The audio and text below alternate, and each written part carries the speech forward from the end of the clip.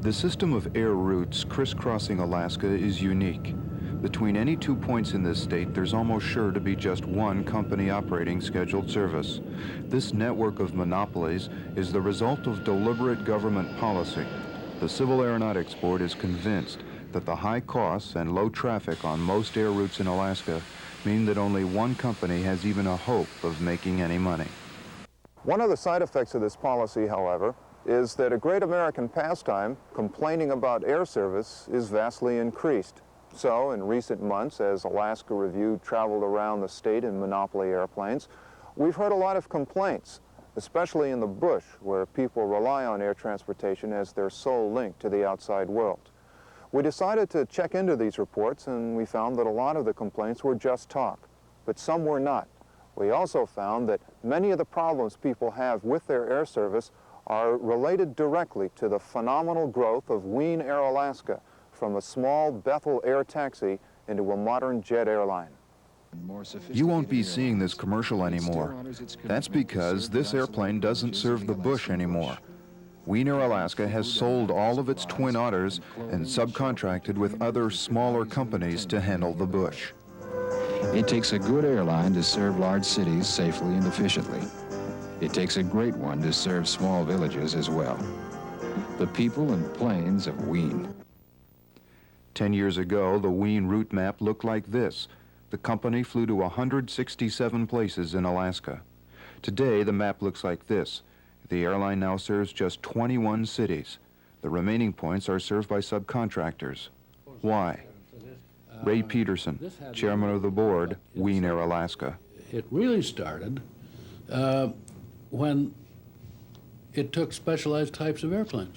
It was impossible, virtually impossible, for our company to have a tailor-made airplane for every service with all the pilot training and all that was necessary and to maintain control of it.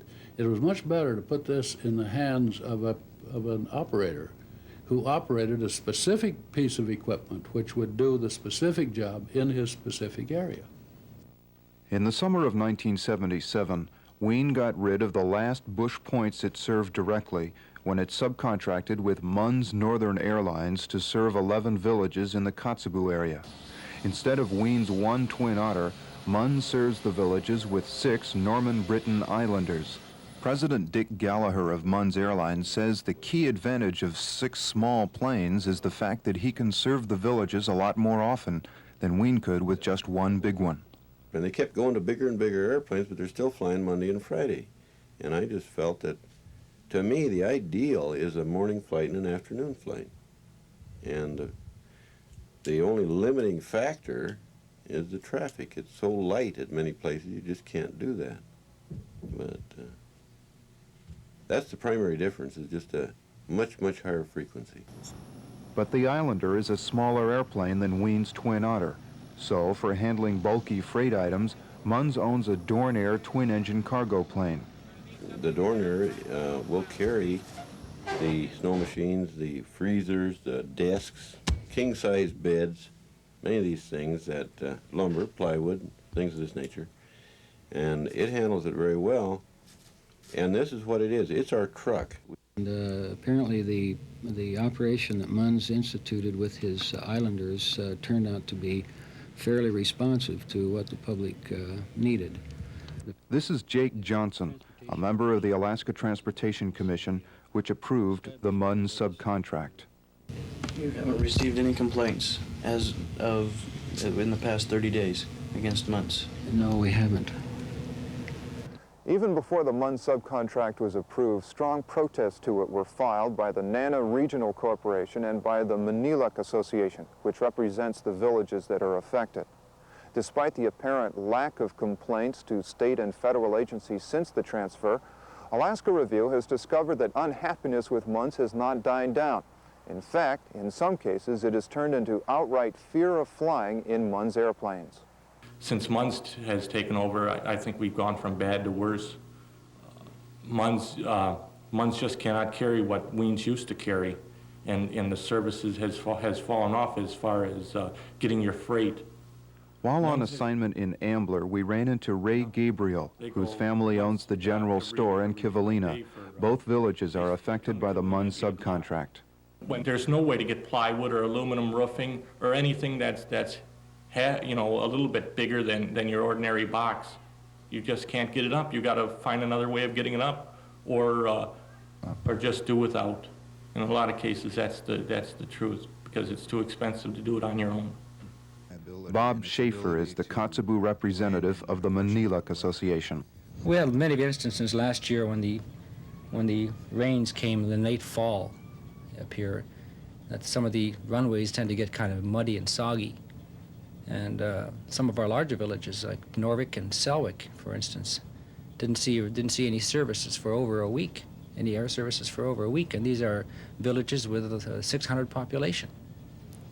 And you know, that where in the past we've never really had to worry too much about it, because the Twin Otter had the power, first of all, to take off short runways, and it had the large wheels, which made a big difference. You try to fly all this equipment, the sun comes up at 10 o'clock and goes down at 2 o'clock, and these are day operations because no one will put lights in. The state won't put lights in. The airlines surely can't afford to put lights in. We have no nav aids.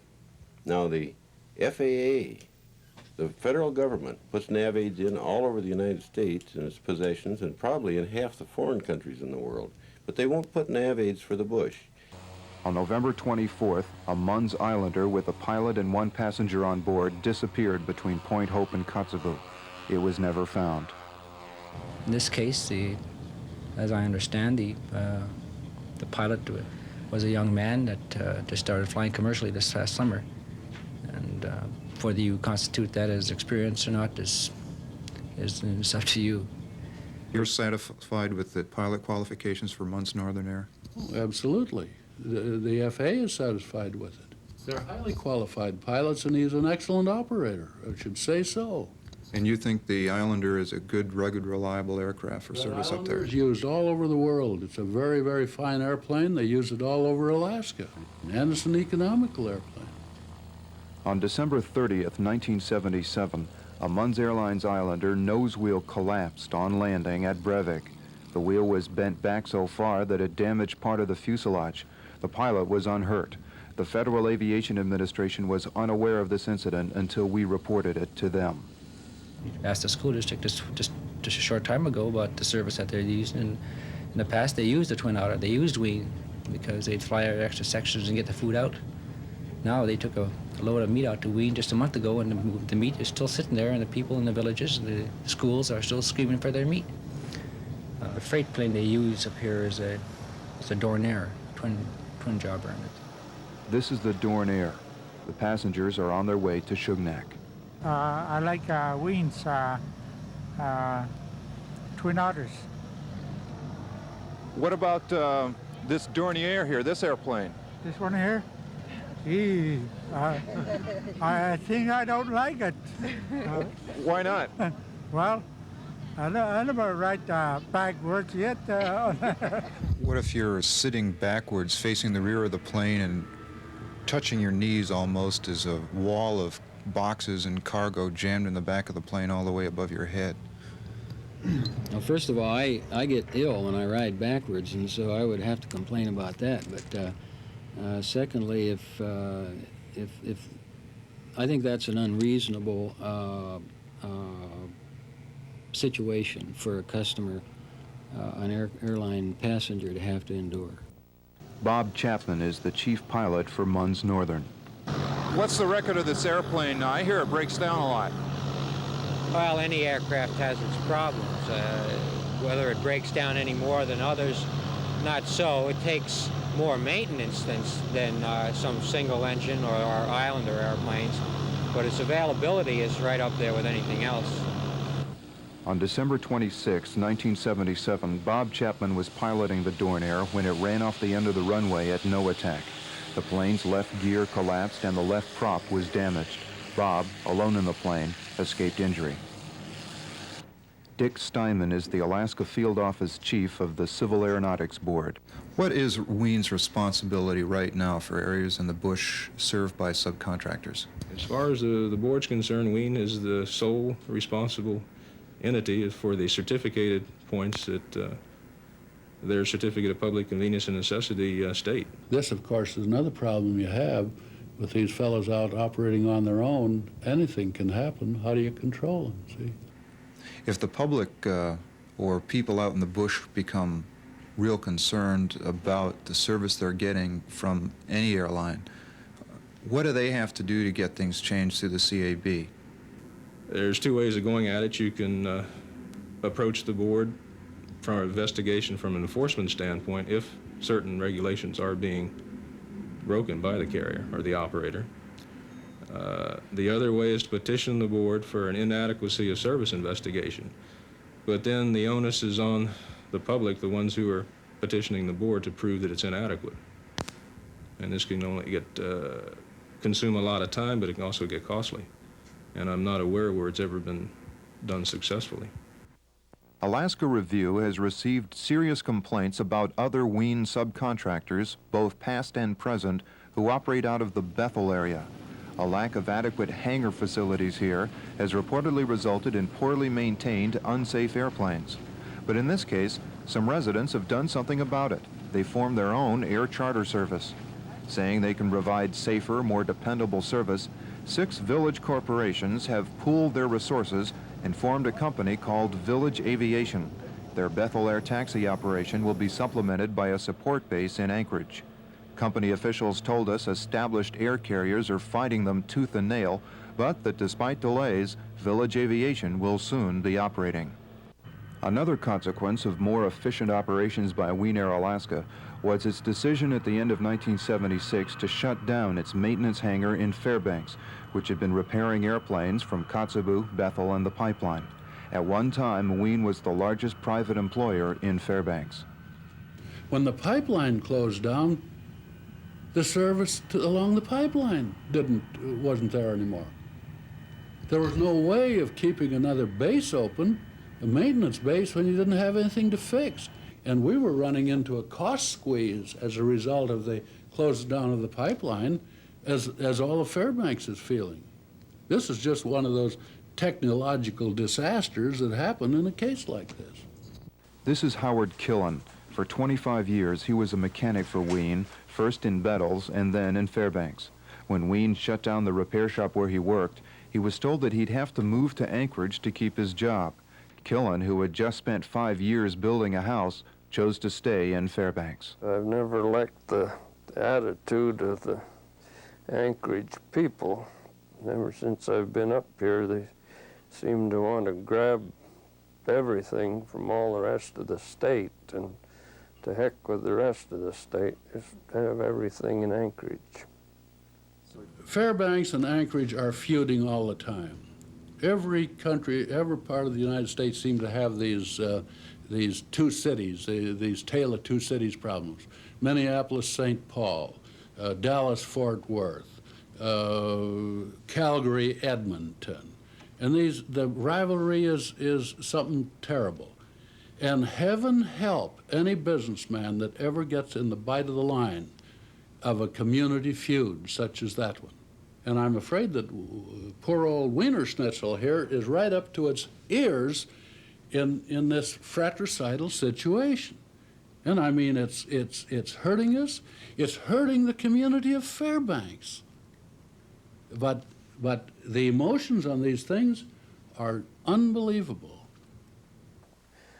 I can see if an outfit's got to make moves like this for financial purposes.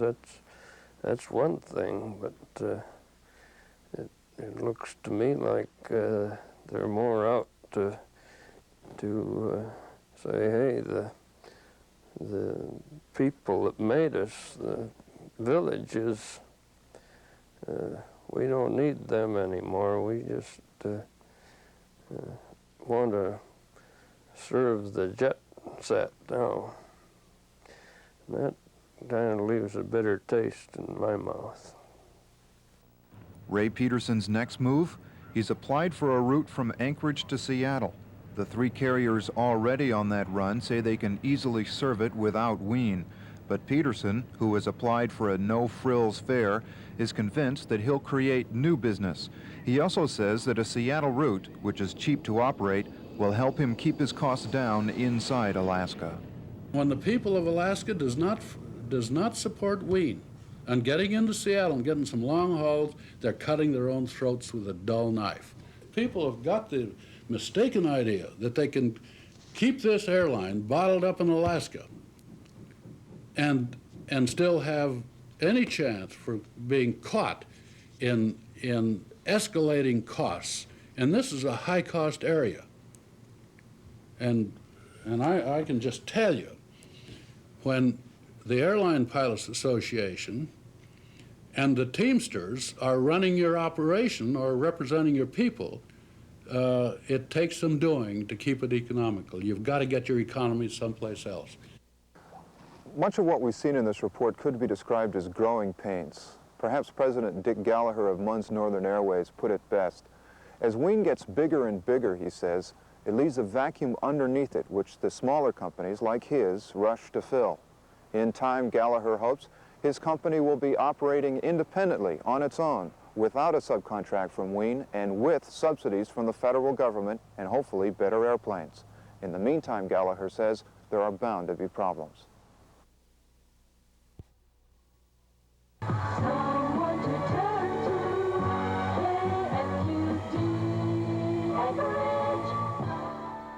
For sale to any native, one male polar bear skin. It's an 8-foot by 8-foot skin. The fur is good. Color tends to gold. There's scarcely a home in Alaska where you can't catch fish on television. With the advent of satellites, even the most remote village can have the $6 Million Man or Walter Cronkite beamed live from anywhere in the world into their living rooms. But with broadcasting also comes the possibility of abuse of this powerful medium.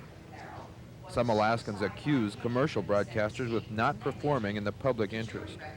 And some broadcasters accuse the state's vast public network with threatening private enterprise. What is the responsibility of broadcasters, and why is the state so involved?